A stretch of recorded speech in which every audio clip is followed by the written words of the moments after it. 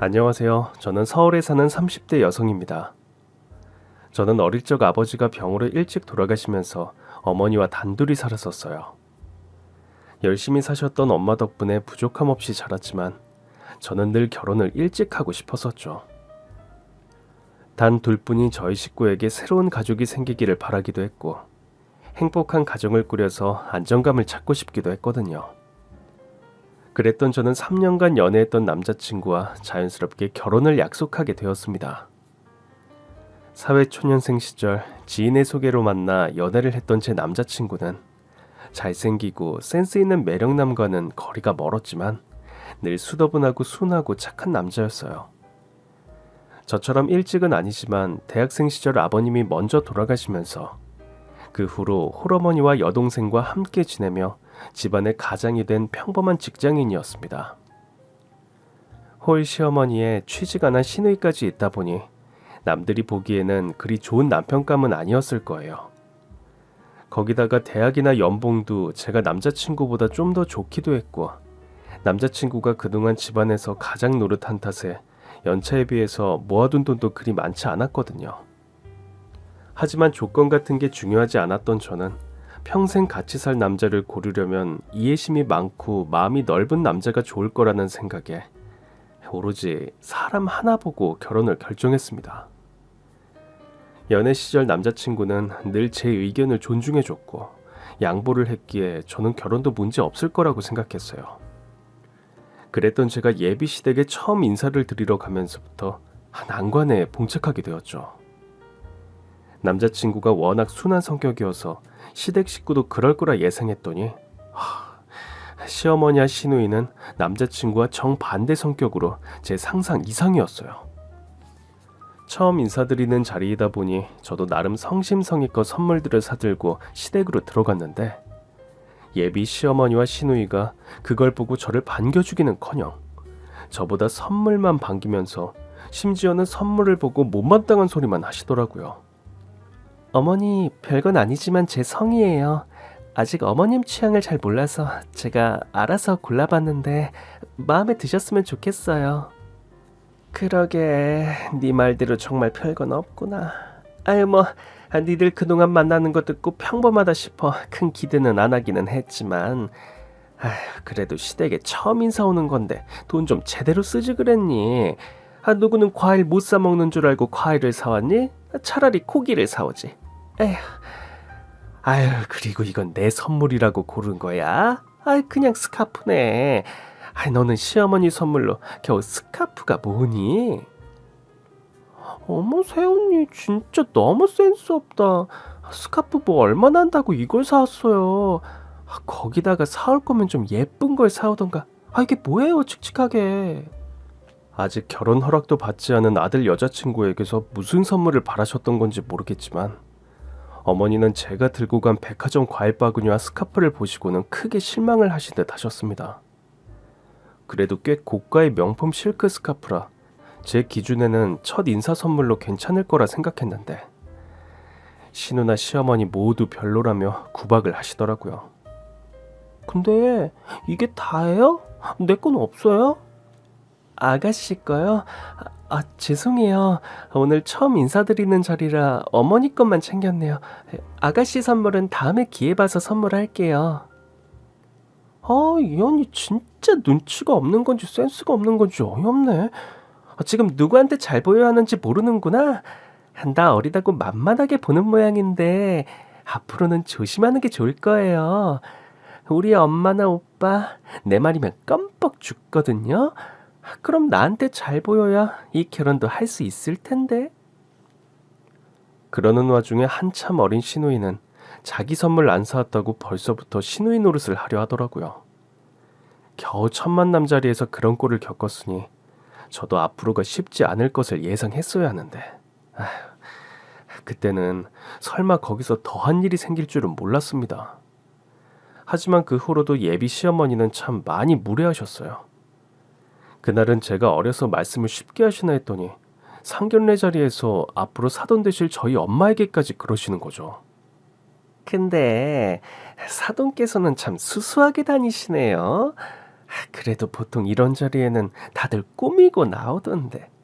아유, 하긴 은지가 요즘 젊은 사람들답지 않게 꾸미지도 않고 소박하더니 그게 다 어머니를 닮았나 봅니다. 수수한 모습이 참 보기 좋으시네요. 그렇게 말씀해 주시니 감사해요. 사돈께서는 꾸밀 줄 아시는 분이라 그러신지 입고 계신 것들도 다 잘 어울리세요. 그쵸. 사실 제가 옛날부터 워낙 이런 쪽으로 관심이 많아서요. 제가 고향에서 미인대회 나갔던 것도 아세요? 옛날에는 저 쫓아다니는 남자도 정말 많았어요. 아유, 애들 아빠 안 만났으면 지금쯤 어디 재벌집 사모님 소리 들었을 텐데. 아유, 근데 사도는 참 뭐랄까. 소박한 걸 넘어서 좀 없어 보인다고 해야 하나? 남편 없이 혼자 되신 지 오래라고 하시더니 아유, 듣던 것보다 사정이 많이 안 좋으신가 봐요. 저희는 그래도 남편이 남긴 돈이 좀 있어서 괜찮거든요.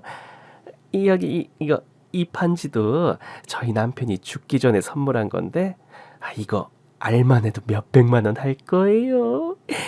원래 며느리 들어오면 새로 세팅해서 주려고 그랬는데 아무래도 은지한테는 이런 화려한 게 안 어울리겠다 싶더라고요.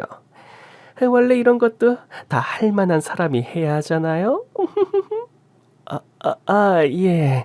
신경 써주셔서 감사해요. 처음 보는 저희 엄마 앞에서 얼마나 돈 자랑, 옷 자랑을 하시는지 그 얘기만 들으면 모르는 사람은 시댁에 돈이 좀 있는 줄 알았을 거예요. 제가 남친에게 듣기로는 아버님 살아계실 때에도 남들처럼 평범하게 사셨고 아버님 돌아가신 뒤로는 가세가 많이 기울어서 집에 빚까지 생기면서 형편이 넉넉하지는 않다고 들었거든요. 그래서 저희가 부모님께 도움 안 받고 반반 결혼을 하기로 했었던 거죠. 그런데도 시어머니는 아들 결혼에 보태줄 돈은 없다고 하시면서 저희 엄마 앞에서는 집에 재산이 얼마가 있다느니 시골 땅값이 올랐다느니 근거 없는 자랑부터 시작해서 자기가 끼고 있는 반지가 얼마짜리고 가방은 무슨 명품이라며 입에 침 튀도록 자랑을 하는 겁니다. 그러면서 은근히 저희 엄마를 깎아내리면서 말이에요. 그 말뜻을 모르지 않는 제가 괜히 열이 받아서 한마디 하고 싶었지만 아량 넓은 엄마가 그냥 웃고만 계시는 걸 보고 저도 참을 수밖에 없었습니다. 그런 자리에서 제가 괜히 경고망동해서 성질을 부리면 저희 엄마 면이 상할 테니까요. 그래도 그때까지는 저도 시어머니가 그냥 자랑하기 좋아하고 할 말 가리지 못하는 푼수인 줄로만 알았습니다. 구김없고 솔직하신 분이라 자랑도 기분도 다 드러내시는 거라 생각했죠. 저도 차라리 뒤에서 불만이신 것보다는 그게 낫다 싶었는데 설마 그런 시어머니가 제 뒤통수를 치실 줄은 몰랐습니다. 상견례까지 끝냈으니 이제 저희들끼리 결혼 준비만 남았다고 생각했는데 그때부터 고생이 시작이었어요. 저희는 반반 결혼을 하기로 했기 때문에 예물 예단을 걱정하지 않았었어요. 원래 반반 결혼하는 부부들은 예물 예단을 생략하기도 하고 적당히 칠해만 하는 정도라고 하기에 저희도 각자 성의껏 준비하면 될 거라 생각했거든요. 시어머니도 자기가 뭘 해주실 형편이 안 되셔서 그러는지 상견례 자리에서는 간소하게 하자고 하시기에 그렇게 잘 정리가 된 줄 알았습니다. 그런데 어느 날 어머니가 남자친구를 거치지도 않고 전화를 하시더니 저한테 갑자기 집을 해오라고 하시더라고요. 예물은 우리가 알아서 할 테니 너는 신혼집을 해와라. 네? 그게 무슨 말씀이세요, 어머니? 집 문제는 이미 지혁 씨랑 저랑 반반하기로 결정했었잖아요. 상견례 때 다 결정된 걸로 알고 있었는데 갑자기... 너 지금 내 말에 토달아? 상견례 때는 아무 말도 안 하시던 시어머니가 갑자기 이제 와서 저더러 집을 해오라고 하시더니 제가 대꾸를 했다고 제 말을 끊으시며 화를 내시는 겁니다. 시어머니가 말씀하시는데 어디서 말대꾸하니? 너 집에서 그따위로 배웠어? 하여간 이래서 수준이 맞는 결혼을 해야 하는 건데 내가 아무리 생각해도 우리 아들 이렇게 결혼시키는 건 아니다 싶구나. 잘난 아들 데려갈 거면 그 정도는 해야지. 그럼 너는 없는 집에서 시집 오는 주제에 그 정도도 안 할 생각이었니? 네가 우리 아들보다 잘난 게 뭐가 있어. 게다가 결혼도 네가 먼저 하고 싶다고 그랬다며. 그럼 엄연히 네가 숙여서 들어오는 결혼인데 혼수도 그 정도로 하는 게 당연하지. 우리 지혁이 말 들어보니 그래도 네가 모은 돈이 영 없는 것 같지는 않더만. 그러니까 괜히 우리 아들 고생시키지 말고 네 돈으로 신혼집 해와. 안 그러면 이 결혼 못할 줄 알아. 알겠어? 세상에, 대체 누구한테 그렇게 윽박 지르고 소리를 지르는 건지. 저는 살다 살다 그런 경우 없는 일을 처음 겪어봤습니다. 밖에서 남으로 만났으면 아줌마 왜 나한테 소리 지르냐고 한마디라도 했을 텐데. 아휴, 그놈의 시어머니가 뭔지. 저는 그런 헛소리를 듣고도 아무 말을 할 수가 없었어요. 그 일이 너무 당황스럽기도 하고 왜 내가 그런 일로 욕을 먹어야 하나 속상하기도 해서 놀란 마음에 남자친구에게 얘기를 전했더니 심지어 남자친구는 이미 그 일을 알고 있더라고요. 그런데 남자친구의 말은 어머니의 억지보다 더 황당했습니다. 우리 분명히 집은 서로 반반해서 하기로 했잖아. 근데 어머니가 갑자기 왜 그런 말씀을 하셔? 없는 집에서 시집오는 내가 집을 해가야 한다는 건 또 무슨 말이야? 내가 어머니한테 왜 그런 소리를 들어야 해? 나 정말 황당했지만 그래도 어른 앞이라 참았어. 그러니까 자기가 어머니한테 직접 말씀 잘 드려. 집은 우리가 알아서 하겠다고. 알겠지? 제가 그 정도로 말하면 저는 남자친구가 알아서 자기 어머니께 얘기를 할 줄 알았어요. 그래, 우리 어머니니 내가 잘 말하겠다. 네가 많이 당황했겠다. 미안하다. 라고 하면서 막무가내인 시어머니 대신 제게 사과라도 할 줄 알았습니다. 그런데 너무 어이없게도 남자친구는 그런 자기 어머니 말에 그대로 동의를 하더라고요. 자기 어머니를 설득하는 게 아니라 저를 설득하려고 하는 거죠. 우리 엄마는 나도 못 당해. 그냥 은지 네가 집 해오면 안 돼? 내가 우리 엄마 성격 알아서 하는 말인데 엄마는 자기 뜻대로 안 되면 미치시는 분이야. 아마 네가 집 해오기 전에는 절대 결혼 허락 안 하실 거야. 그러니까 괜히 더 욕먹기 전에 그냥 네가 집 해와. 솔직히 너 상황이 아주 불가능한 것도 아니고 좀 무리하면 그 정도는 할 수 있잖아. 아니면 장모님한테 손이라도 벌릴래? 뭐? 그런 말이 어디 있어? 이 결혼 나 혼자 하는 거야? 아니, 애초에 우리 둘이 결혼하는 건 맞아? 우리가 살 신혼집인데 왜 어머니가 나더러 하라 마라 하시는 거야? 어머니가 나한테 전화하실 때까지 자기는 대체 뭐 했어? 그게, 내가 말했잖아. 내가 나서도 안 통한다고. 그래도 집만 해오면 별 말씀 안 하실 테니까 그냥 네가 해오는 걸로 하자. 나머지는 내가 다 할 테니까 아주 제발 그것만 좀 해줘. 남자친구가 우유부단하고 순한 성격이라는 건 알았지만 이건 정도가 너무 심하지 않나 싶더라고요. 아무리 순한 사람이라도 자기 할 말은 할 줄 알고 결혼할 여자를 지킬 줄 알아야 할 텐데 끝까지 자기 어머니 무섭다고 아무 말 못하고 저한테만 일을 떠넘기는 걸 보니 순간 저는 정이 떨어졌습니다. 이미 결혼 준비 과정에서 시댁 문제 중재 못하고 바보같이 있는 남친 때문에 실망한 일이 한두 번이 아닌데 그것들이 자꾸 쌓이다 보니 내가 과연 이 결혼을 해도 되는 건가 하는 심각한 고민까지 들었던 거죠. 그래도 그때까지는 어떻게든 참았는데 그 후로도 제가 남자친구에게 실망한 일은 점점 늘어만 갔습니다. 남친 말대로 제가 집을 해가려면 어떻게든 해갈 수 있겠지만 내가 왜 시댁에서 그런 무시를 당하면서 그래야 하는지 잘 모르겠더라고요. 결혼이란 건 서로 간의 신뢰와 존중으로 해야 하는 건데 말이죠. 그래서 저는 남자친구를 설득하려고 했고 제가 직접 시댁을 찾아가서 어머니와 얘기를 해보려고도 했어요. 그런데 그때마다 남자친구가 욕먹기 무섭다면서 저를 시댁 문간에도 못 오게 하는 거예요. 대체 시어머니가 얼마나 무서워서 저러나 싶어 이해를 해보려고 했는데 시어머니한테만 약한 게 아니라 한참 어린 시누이한테도 아무 말을 못하는 거죠. 사실 시어머니가 저더러 집을 해오라고 난리를 친 이후에도 많은 일이 있었습니다. 시어머니는 매일 전화하셔서 저더러 집 언제 구하냐 들들 볶더니 할 일 없는 시누이는 심지어 회사까지 저를 찾아왔더라고요. 언니, 결혼 준비 잘 되고 있는 거 맞아요? 대체 뭘 어쩌길래 집에서 자꾸 큰 소리 나게 하는 거예요. 언니 때문에 지금 우리 엄마가 얼마나 속상해하는지 알아요? 결혼 전부터 이러면 나중에 결혼해서는 어쩌려고 그래요? 그래서 내가 참다 참다 찾아온 거예요. 무슨 소리 말하는 거예요? 어머니가 저더러 집해오라고 하시는 거요? 그것도 황당하기는 하지만 그걸 왜 아가씨가 상관하죠? 어머, 지금 나 어리다고 또 무시하는 거지? 언니, 내가 전에 잘 말했잖아요. 우리 집 실세는 나라고. 나한테 잘 보여야 결혼할 수 있다니까. 지금도 내가 말만 잘하면 엄마가 좀 봐줄 수도 있어요. 지금 엄마 태도 같아서는 신축 아파트 정도 바라시는 것 같은데. 내가 적당히 눈 낮추라고 말해볼게요. 대신 나한테 좀 보답을 해주면 어때요? 솔직히 말이 나와서 하는 말인데 언니 집 해온다고 시댁에 아무것도 안 할 생각인 건 아니죠?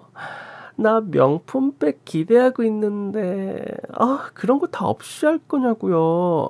한 번 하는 결혼인데 할 때 제대로 해야죠. 시어머니 땡깡만으로도 미쳐 죽을 것 같은데 이제는 어린 시누이까지 제 속을 긁는 걸 보니 제가 정말 미치겠더라고요. 그렇다고 제가 시댁 식구들에게 화를 내거나 시누이를 혼낼 수 있는 것도 아니니 이런 건 남자친구가 좀 알아서 해결해줘야 하는 것 아닌가 싶어서 몇 번이고 말을 했지만 시어머니 때와 마찬가지로 남친은 시누이에게도 아무 말을 하지 못했습니다. 오히려 저더러 자기 식구들 무시한다고 화를 내더라고요. 자기 동생 좀 나 그만 찾아오라고 그래. 일하느라 바빠 죽겠는데 왜 자꾸 찾아오는 거야? 할 일이 그렇게 없어? 무슨 말을 또 그렇게 해. 이제 식구들 사이인데 동생처럼 살갑게 좀 해줘. 너무 서운하게 그러지 좀 마. 서운하게 하는 게 아니라 아가씨가 먼저 도를 넘잖아. 우리 결혼인데 다들 왜 이렇게 나를 괴롭히는 거야? 어머니는 그렇다 쳐도 아가씨는 뭘 안다고 혼수를 어쩌니 많이 하냐고. 전에는 나더러 명품백 해달라 그런 거 알아? 이왕 결혼하는 거 좋게 좋게 하면 되지. 왜 그렇게 날이 서 있어. 나도 웬만하면 네 편 들어주고 싶은데 네가 자꾸 이렇게 불평만 하면 나도 좀 곤란하지. 안 그래? 결혼 준비하며 시댁 때문에 싸우는 일이 많았지만 그때마다 남친은 늘 자기 식구들 편만 들었습니다. 애초에 내가 잘못한 일도 아닌데 왜 내가 욕을 먹어야 하는지 정말 억울했죠. 저희는 그런 일로 싸우는 날들이 늘어갔고 어느 날 제가 그런 소리를 듣고 있는데 정신이 번쩍 들더라고요. 남자친구라도 제 편이 되었으면 제가 그렇게 섭섭하지는 않았을 거예요. 하지만 제 고통을 대수롭지 않아 하는 남친을 보며 저는 결국 파혼을 결심하게 되었습니다. 시댁이 아무리 개판이어도 남편만 제대로면 살아보려고 했더니 결국 그놈이 제일 문제였더라고요. 자기 가족들이 결혼할 여자를 개무시하는 것도 아무렇지 않아 하며 저한테만 모든 책임을 떠넘기려고 하는데 벌써부터 자기 식구만 감싸려는 남자랑 제가 어떻게 결혼 생활을 할 수 있겠어요. 결국 저는 조용히 파혼을 결심하게 되었고 엄마에게 그동안 있었던 모든 일을 말씀드렸습니다. 처음 그 집에 인사드리러 갔던 날부터 결혼 준비를 하던 1년간 있었던 모든 이야기를 들으신 엄마는 치를 떠시며 제 파혼에 찬성하셨어요. 너는 그런 일을 겪고 왜 진작 말을 안 했어? 그런 집구석인 줄 알았으면 네가 아니라 내가 파혼시켰을 거야. 너는 내가 성질 죽이고 살으려 그랬다고 이런 일을 참고 있니? 평소에는 똑똑하게 잘하는 애가 왜 그래? 몰라. 나도 결혼 앞두고 눈에 뭐가 씌었나 봐. 솔직히 완전히 정이 떨어져서 파혼하겠다고 한 거지. 그 전까지는 파혼 결정이 쉽지는 않았어. 우리가 연애한 것만 3년에 결혼 준비만 1년인데 이 나이에 파혼하면 결혼할 기회가 없을까 걱정도 되고 또 지혁씨가 착하니까 그것 믿고 결혼하려고 그랬지. 근데 이제 보니까 사람이 착한 게 아니라 그냥 등신이었던 거야. 지엄마 무서워서 아무 말 못하고 여자한테 떠넘기는 놈을 내가 어떻게 믿고 살아. 아유, 그래, 잘 생각했다. 네가 이제라도 정신 차려서 다행이다. 아유, 근데 참으려고 그래도 참을 수가 없네. 아니, 어디 못 배운 여편네가 우리 딸을 무시해. 그 여편네 완전히 정신 나간 거 아니야? 그러니까 말이야. 파혼할 때 하더라도 제대로 본때를 보여주고 싶은데, 진짜 이참에 확 복수라도 해버려? 복수? 무슨 복수를 하게. 그런 인간들한테는 너랑 파혼하는 게 제일 큰 복수 아니니. 그러니까 자기들이 놓친 사람이 어떤 사람인지 이참에 제대로 보여주자 이거지. 그 집 식구들 아직도 내가 쥐뿔 없는 줄 알거든. 시달릴 만큼 시달렸던 저는 파혼을 하기 전에 그동안 그 인간들에게 본때를 보여주고 싶었습니다. 그냥 통보를 하고 헤어지기에는 제가 그동안 당했던 스트레스가 적지 않았거든요. 거기다가 끝내는 마당에 그 사람들에게 모자란 여자로 낙인 찍히고 싶지도 않았고요. 제가 그냥 헤어지자고 하면 예비 시모입에서 무슨 얘기가 나올지는 뻔한 일이었습니다. 아마 제가 집 구해올 돈이 없어서 지레 겁먹고 내빼는 거라며 파혼을 오히려 좋아하겠죠. 그래서 저는 그동안 내 앞에서도 되도 않는 돈 자랑을 하며 집을 해오라고 닥달하던 그들에게 내가 왜 당신들이랑 어울릴 수 없는 사람인지 꼭 보여주고 싶었어요. 시댁에서는 아마 엄마가 저를 혼자 키워서 제가 당연히 어렵고 가난하게 자란 거라 생각한 것 같은데, 그 사람들이 자기들 마음대로 저희 집을 무시한 거지 저희 집 어렵게 사는 형편은 아니었거든요. 저희 엄마는 장사를 아주 크게 하셨어요. 남대문에 도매업을 하시는데 지금도 연매출만 몇십억입니다. 요즘이야 경기가 좀 안 좋아서 그 정도이지만 한창 수출을 많이 하실 때에는 100억도 찍으셨다고 하더라고요. 지금도 매장 여러 개에 세 주시는 상가도 몇 개 있어요. 그 상가들만 평당 1억이 넘는데 설마 제가 아파트 하나 해가지 못하겠나요? 다만 아버지 돌아가시고 혼자 고생하면서 돈을 버셨던 엄마가 워낙 검소한 편이셔서 겉으로는 티가 나지 않았던 거죠. 누구랑 다르게 사치나 허영이 없으셔서 힘들게 번 돈을 쇼핑 같은 곳에 쓰지 않으시거든요. 대신 어려운 사람들과 나누는 걸 더 좋아하시는 분이라 자원봉사도 자주 다니시고 매년 기부도 많이 하세요. 그래서 저도 어렸을 적부터 그런 엄마의 가르침을 따라서 밖에서 괜히 돈을 쓰고 다니지 않았습니다. 그래서 대학 시절 아르바이트를 하면서 제 용돈도 제가 벌어서 쓰고 20살 넘어서는 집에 손 벌리지 않았어요. 물론 엄마도 자식에게 해줄 만큼 해주시지만 제가 그걸 당연하게 생각하지는 않죠. 아마 남친도 그런 모습을 보고 제가 어렵게 컸다 생각했던 것 같아요. 저희 엄마가 판매업 하신다는 것도 시장에서 어렵게 장사하는 줄 아는 것 같더라고요. 저는 남자친구 생각해서 반반 결혼을 하려고 했는데 솔직히 하려고 마음먹었으면 그깟 아파트 못할 것도 없었습니다. 근데 제가 왜 무시를 받으며 그렇게 하겠어요. 그래서 저는 마지막으로 그 사람들에게 맛만 보여주기로 했어요. 보여줬다가 뺏는 것만큼 나쁜 것도 없다는데 나도 결혼할 뻔했다가 못하게 되었으니 그 사람들도 그 기분을 비슷하게나마 느껴보기를 바랐습니다. 어머니, 저예요. 잘 지내셨죠? 너 같으면 잘 지내겠니? 내가 너 기다리다가 목이 빠질 뻔했다. 이렇게 사람 기다리게 해놓고 잘 지내냐는 말이 나오니? 내가 집 구하라고 한 게 언젠데 여태 소식이 없어. 배짱 좋게 여유 부리는 거 보니까 네가 아직 마음이 급하지 않은 모양이구나.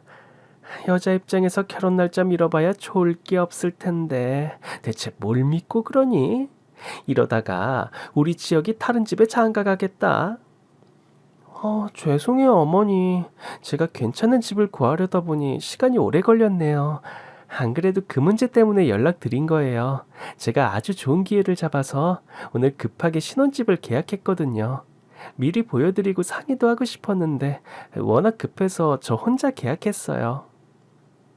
계약을 했다고?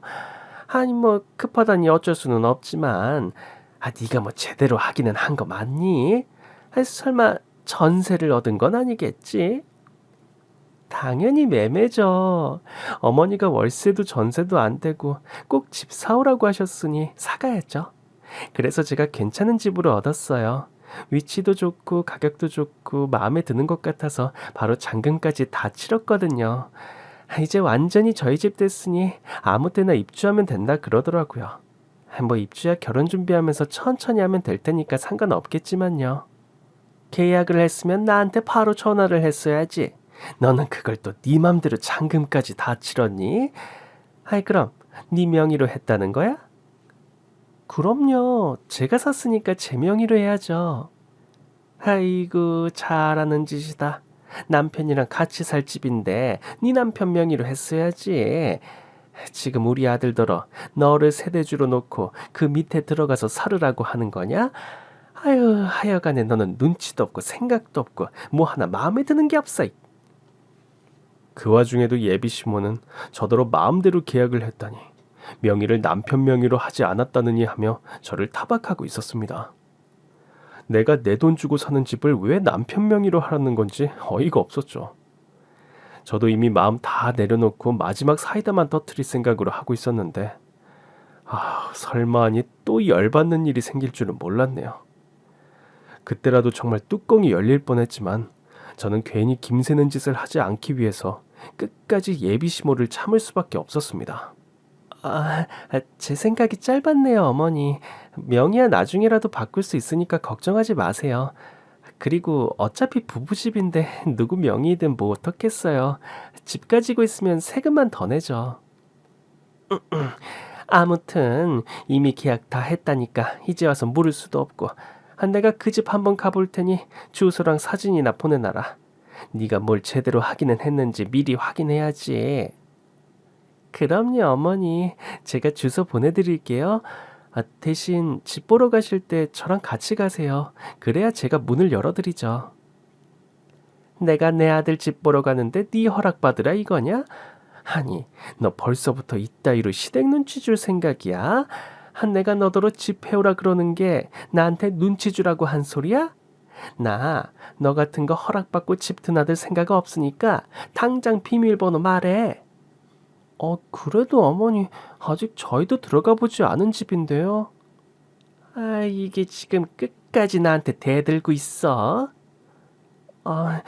제가 아무 때나 따라가 드릴 테니 꼭 저랑 같이 가세요. 아니 얘가 뭘 잘못 처먹었나? 계속 말대꾸를 하고 있네. 야, 너 이제 집까지 해왔다 싶으니 무서운 게 없냐? 아니에요 어머니. 어머, 어머니, 저 급한 일이 있어서 이제 전화 끊어야겠어요. 아무튼 제가 같이 가드릴 테니까 꼭 연락 주세요. 계속 비밀번호를 말하라는 예비 시모의 성화에도 저는 절대로 비밀번호를 알려주지 않았습니다. 더 화를 돋구려는 생각도 있었지만 그 여자가 제가 구한 집에 자기 마음대로 들락거리겠다는 게 탐탁치 않았거든요. 그 집이 정말 제 신혼집이 될 건 아니지만 어디서 아직 짐도 옮기지 않은 신혼집에 자기 마음대로 들어가 보려고 그러는지 말이에요. 그래서 저는 꾸역꾸역 욕을 참으며 시모를 말렸고 그냥 전화를 끊어버렸습니다. 그 후로 몇 번 더 전화가 걸려왔지만 저는 끝까지 받지 않았죠. 받아봤자 욕만 먹을 게 뻔한데 뭐하러 그러겠어요. 그러자 다음날 아침 저는 다급한 남친의 전화를 받게 되었습니다. 은주야, 지금 큰일 났어. 뭐가 큰일인데. 너 신혼집 구했다며. 그게 문제가 아니라 엄마가 지금 짐을 싸서 우리 신혼집으로 가신대. 오늘 당장 그 집 들어가신다고. 그게 무슨 말이야. 이사를 한다니 우리 신혼집으로? 그래. 그래서 나더러 비밀번호 알려달라고 난리신데 나는 은지 네가 집을 계약한 줄도 몰랐잖아. 왜 나한테는 말을 안 했어. 섭섭하게. 내가 내 돈으로 집 구하는데 일일이 보고해야 해? 그러는 자기는 그동안 나한테 할 말 안 한 게 몇이야? 아무튼 지금 가고 계시다니까 어떻게 해야 할 것 같은데? 오전에 친구들이랑 골프 모임 나갔다던 남친이 오전부터 전화를 해서는 저더러 신혼집 비밀번호를 알려달라 하는 겁니다. 예비 시모가 저희 집으로 이미 짐을 싸서 가고 있다는 말을 하면서 말이에요. 시모가 미친 짓을 할 것을 예상하고 일부러 더 화를 돋군 건 맞지만 설마 하룻밤 사이에 이사를 들어올 생각은 할 줄 몰랐습니다. 그러는 와중에 여전히 복창 터지는 소리만 하는 남친의 행동도 기가 막혔고요. 그런 짓을 하고 있는 그 모자를 보니 내가 이 결혼을 업기를 참 잘했구나 싶은 거죠. 그래서 괜히 웃음이 새어나왔지만 저는 웃음을 겨우 숨기며 남친에게 화를 냈습니다. 말도 안 돼. 우리도 아직 안 들어간 집에 무슨 이사를 오신다는 거야? 그럼 우리 신혼집에서 다 같이 살자고 하시는 거야? 난 절대 싫어. 절대 싫은 건 또 뭐야? 그럼 자기는 결혼하면 우리 집 식구들 나 몰라라 할 생각이었어? 나 좀 섭섭하다. 뭐? 이 와중에 섭섭하다는 소리가 나와? 그럼 우리 신혼집인데 시어머니 모시고 살으라고? 설마 아가씨도 같이 오는 건 아니지? 자기가 좀 말려봐. 엄마가 가면 지영이도 가는 거지. 그리고 내가 엄마를 어떻게 말려? 너도 우리 엄마 성격 뻔히 알면서 그런 소리가 나와? 아무튼 나는 말해줬으니까 네가 어떻게든 해봐. 우선 나도 그쪽으로 갈 테니까 가서 얘기해. 이 미친놈이 지금 무슨 소리를 하는 건지 너무 어이가 없어서 어차피 하지도 않을 결혼이고 벌어지지 않을 시집살이인데도 순간 저도 모르게 진짜로 화를 내게 되더라고요. 정말 남의 속 뒤집는 데는 탁월한 재주가 있는 사람들이었네요. 그런 인간들을 그동안 참아주고 있던 제 스스로에게 환멸이 날 지경이었죠. 그렇게 남친에게 얘기를 들은 저는 예비 시모가 그 집에 도착하기 전에 먼저 달려갔습니다. 간발의 차이로 10분 뒤에 아파트 단지 안으로 이삿짐 차가 들어오더라고요. 그리고 뒤따라온 차 안에서 시모와 남친 그리고 신우가 내렸습니다. 얼마 뒤 쾅쾅거리며 현관 두드리는 소리가 났고 현관문을 열자 밥솥을 든 시모와 그 식솔들이 보였습니다. 저는 최대한 당황한 척을 하며 시댁 식구들을 마주하게 되었죠. 어머니, 이게 대체 무슨 짓이세요? 저한테 말씀도 안 하시고 이렇게 막무가내로 하시면 어떡해요? 너 하는 짓 보니까 비밀번호도 안 알려주는 게 가만히 있다간 내가 이 집에 팔도 못 붙이겠다 싶어서 짐부터 밀어 넣으려고 왔다. 원래 옛날부터 없는 년이 시집 오면 시댁 식구들 다 모시고 사는 거야. 하여간 베어먹은 게 없으니 뭘 알 리가 있나. 그러게 네가 어제 군말 않고 나한테 바로 비밀번호 말했으면 내가 이렇게 급하게 이사를 하겠니? 너 때문에 어제 급하게 이사업체 알아보느라 돈을 2배로 쓰게 생겼어. 그 돈도 너한테 받아낼 테니까 그렇게 알아라. 예비 시모는 그런 뻔뻔한 소리를 하며 당당히 집 안으로 쳐들어왔습니다. 남의 집에 쳐들어오는 말도 안 되는 짓을 하면서 그 와중에 새 집에는 밥솥부터 드려야 잘 산다며 자기네 집 쓰던 밥솥을 들고 들어오더라고요. 시모가 그런 망발을 하는 와중에도 남친은 아무 말도 못하고 가만히만 서 있었고요.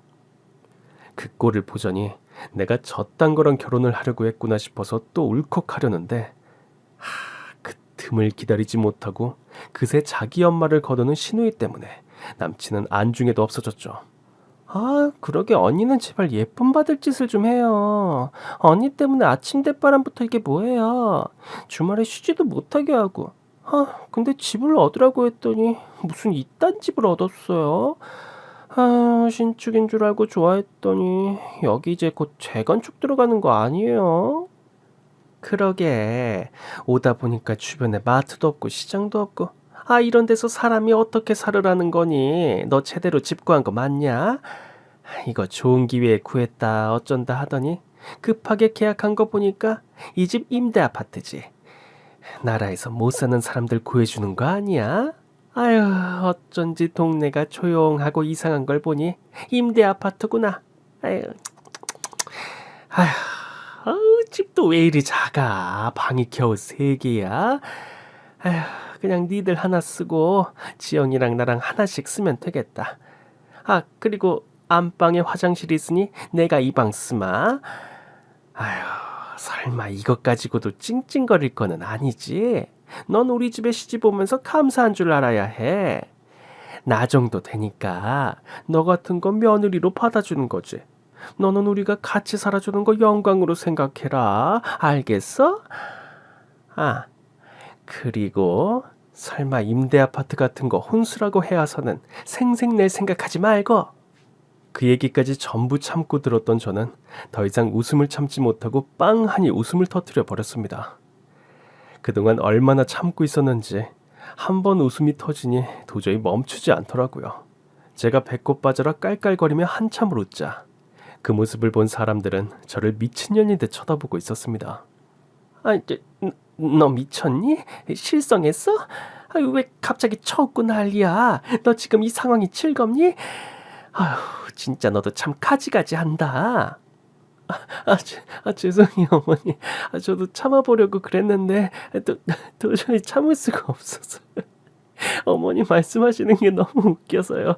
아, 어머니, 정말 유머 감각이 뛰어나신 게 개그우먼 하셔도 되겠어요.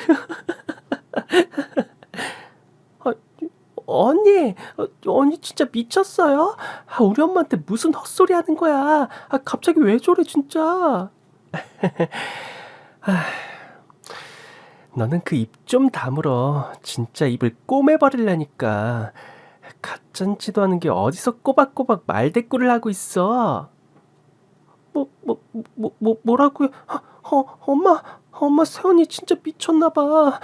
뭐야, 집 구해오더니 전 재산 해먹어서 돌았나? 언주야, 너 지금 무슨 짓이야? 우리 식구들 앞에서 무슨 추태야? 너 나랑 결혼 안 할 거야? 너도 좀 닥쳐. 평소에는 꿀먹은 벙어리 마냥 아무 말도 못하고 있는 새끼가 지 식구들 앞에서는 입만 살아가지고 나불나불. 그러고 보면 쥐뿔도 없으면서 입만 터는 게 니네 식구들 특기니?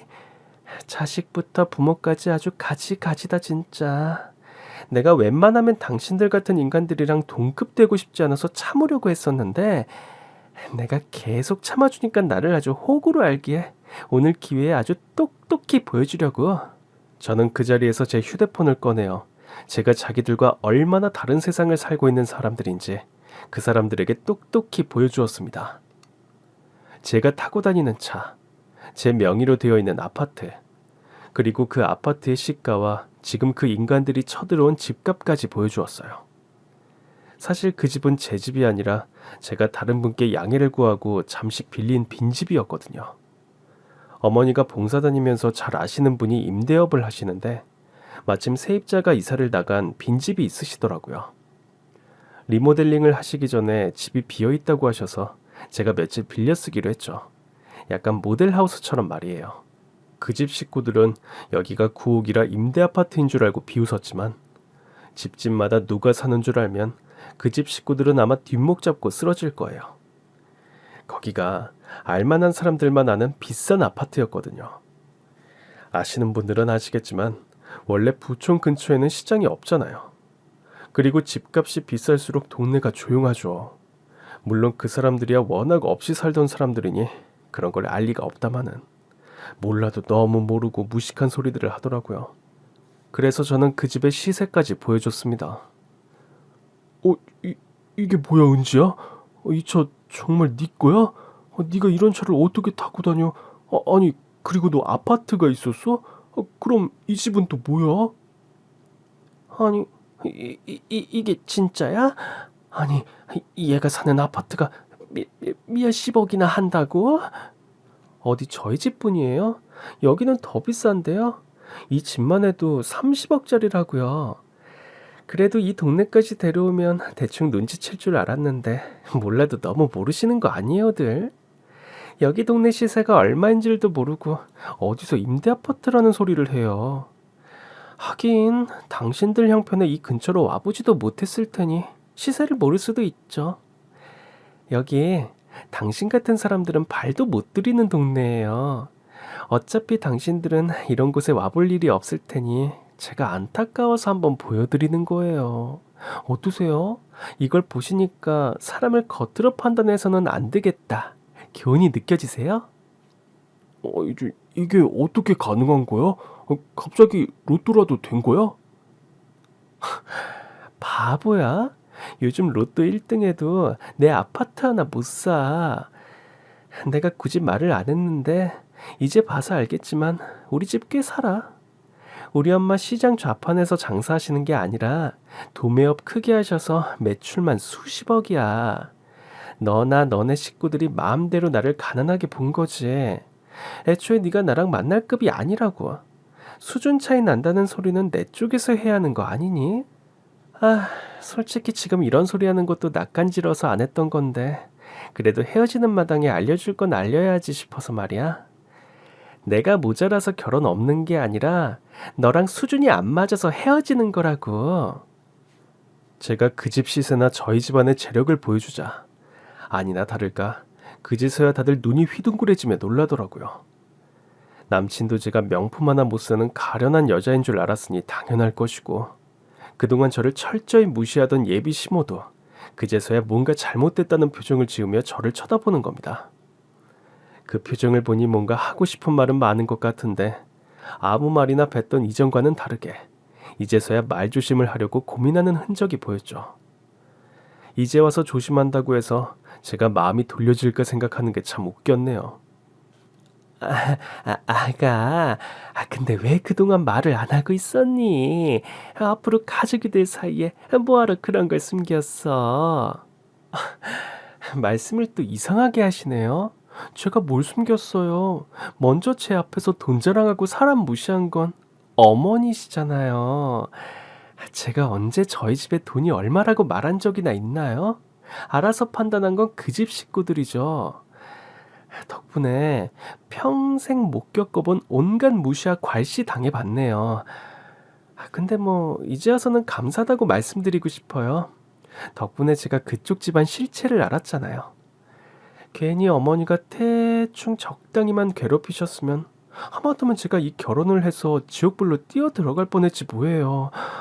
정말 감사드려요. 아무튼 저는 이 결혼 안 할 거고 이 집도 저희 집 아니니까 이사 오시려면 뭐 집주인분이랑 알아서 하셔야죠. 하긴 그건 제가 걱정할 일이 아니겠네요. 이미 짐까지 이렇게 들여오시는데. 이사하는 건 여기 맞죠? 짐 드려요? 네, 맞아요. 들어오세요. 어서 오세요. 때마침 이삿짐 센터 직원들이 하나씩 들어오며 짐을 옮기기 시작했고 저는 그 광경을 반기며 너스레를 떨었습니다. 어머니가 부른 사람들이니까 어머니가 알아서 주의 주세요. 괜히 이삿짐 옮기다가 어디 하나 스크래치라도 나면 집주인이 가만히 계시지 않을 거예요. 근데 30억 있으세요? 살던 집이 전세라고 하셨던가. 근데 그거 가지고 여기 계약금이나 낼 수 있나요? 몰아치는 제 사이다 발언에 넋을 놓고 있던 시모는 30억이라는 소리에 정신이 번쩍 들었는지 그제서야 제 바짓가랑이를 붙잡고 사정을 하기 시작했습니다. 아이고 아가, 내가 잘못했다. 내가 잠깐 미쳤었나 보다. 감히 내가 너희 집을 알아보지도 못하고서 그런 짓거리를 했어. 내가 진심으로 사과할 테니 나 좀 용서해 다오. 내가 정말 너한테 감정이 있어서 그런 게 아니란다.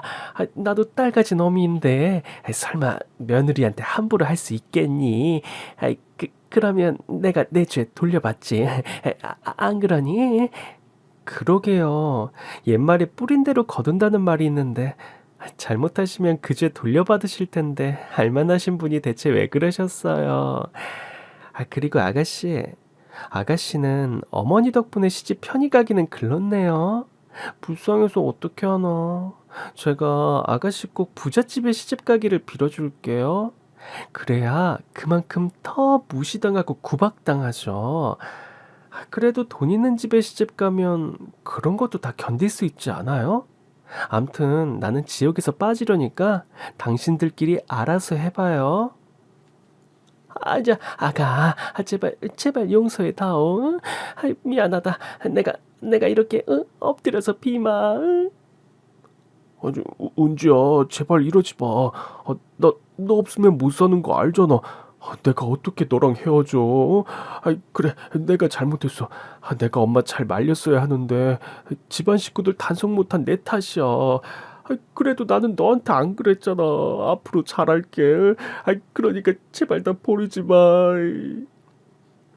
그 상황이 감당이 안 돼서 그러는 건지 돈 있는 며느리를 놓치는 게 아쉬운 건지 예비 시모는 바닥에 무릎까지 꿇고서 제 앞에서 두 손이 발이 되도록 싹싹 빌며 울고 불고 난리가 났습니다. 옆에 있던 남친도 이제서야 자기가 잘하겠다며 참회의 눈물을 흘리더라고요. 내가 힘들어할 때는 자기는 모르겠다며 남일처럼 굴던 인간이 이제 와서 그러는 꼴이 얼마나 기가 막히고 가증스럽던지 마음 같아서는 한 대 때려주고 싶기도 했죠. 하지만 그것보단 그 집 식구들도 저처럼 속을 끓이기를 바랐습니다.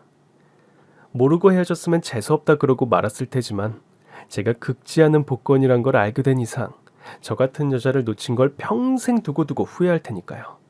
그러게 좀 일찍 정신을 차리지 그랬어. 나는 이제 너 같은 놈이랑 결혼할 생각도 없고 말 한마디 섞고 싶지 않으니까 나를 두고 후회를 하던 너희 식구들한테 원망을 하던 너 혼자 해. 우리 이 시간부로 파혼하는 거고 다시는 보지 말자. 아, 혹시나 회사에 찾아오거나 동네로 찾아오거나 하는 날에는 정말 내 모든 인맥을 다 동원해서 가만히 안 있을 거니까 괜히 파혼당한 와중에 경찰서까지 가고 싶지 않으면 조심하는 게 좋을 거야. 네가 워낙 멍청한 짓을 잘해서 미리 알려주는 거니까 이번에는 나중에 후회할 짓 하지 말어. 알겠어? 저는 그렇게 그 자리에서 파혼을 선언하며 그 집과 인연을 잘라내 버렸습니다. 제가 마지막에 제대로 본때를 보여주기는 했는지 두 번 다시 저를 찾아오지는 않더라고요. 물론 전 남친과 알고 지내던 사람들을 통해서 전 남친이 저랑 헤어지고 얼마나 못 지내고 있는지는 익히 전해 들었어요. 회사도 제대로 나가지 않고 매일 울면서 술을 마시며 저를 그리워한다 하더라고요. 예전 같았으면 그 모습에 마음이 약해지기라도 했을지 모르겠지만 정작 내가 힘들 때는 외면했던 그 사람을 떠올리니 동정은 요만큼도 들지 않았어요. 그러게 왜 있을 때 잘하지 않았을지 사람이 참 간사하고 미련하다는 생각만 들더라고요. 저의 파혼은 뼈아픈 상처가 되었지만 그 일로 제대로 인생 경험을 했다고 생각하기로 했습니다. 이혼보다 파혼이 쉽다는데 늦기 전에 정신을 차려서 다행이었죠. 그리고 저도 그 일로 정말 배운 게 많았어요. 남자는 연애할 때와 결혼할 때 다르고 순하다고 해서 다 착한 게 아니라는 걸 말이에요. 예전에는 가진 것 없고 내세울 것 없어도 사람만 착하면 된다 싶었는데 아휴, 저도 한번 겪어보니 착해 보이는 사람들이 다 착한 게 아니라는 걸 알았죠. 아무리 착한 인간이라고 한들 자기가 사랑하는 여자 위에서 아무 말 못하는 남자가 무슨 소용이겠어요. 파혼 덕분에 그런 교훈을 배우게 된 저는 조금은 남자 보는 눈이 나아졌다고 생각했습니다. 그리고 그 후로 정말 더 괜찮은 남자를 만나게 되었죠. 이번에는 어머니 지인의 소개로 만난 사람이었어요. 원래 선을 보거나 중매로 하는 결혼은 진정성이 없을 거라고 생각했던 제가 이 사람을 만나고서 그 편견을 지우게 되었죠. 사람은 어떻게 만나는 게 중요한 게 아니라 누굴 만나느냐가 제일 중요하다는 걸 말이에요. 부모님의 지인이라서 그런지 저와 환경이 많이 다르지도 않고 저희는 서로를 너무 잘 이해하고 배려하고 있어요. 그래서 저희는 1년 연애 끝에 결혼을 준비하고 있습니다. 올 봄에 결혼식을 예정으로 지금은 막바지 결혼 준비를 하고 있죠. 결혼식 막판까지 갔다가 파혼을 한 제가 다시 결혼을 결심한 만큼 좋은 사람이에요. 제가 그런 일을 겪은 걸 알고 자기 일처럼 화내주고 위로를 해주더라고요. 그래서 저한테는 더더욱 고맙고 애틋하죠. 사람이야 직접 살아서 알고 겪어봐야 안다고 하지만 무지막지한 인간들을 겪어본 저로서는 또다시 그런 실수를 할 확률이 줄어들지 않을까 싶어요. 그래서 이번에야말로 정말 행복한 결혼 생활을 기대하며 다가올 결혼식을 기다리고 있네요. 그럼 여러분들께서도 저의 결혼을 축하해 주시기를 바라며 제 이야기를 마치겠습니다. 감사합니다.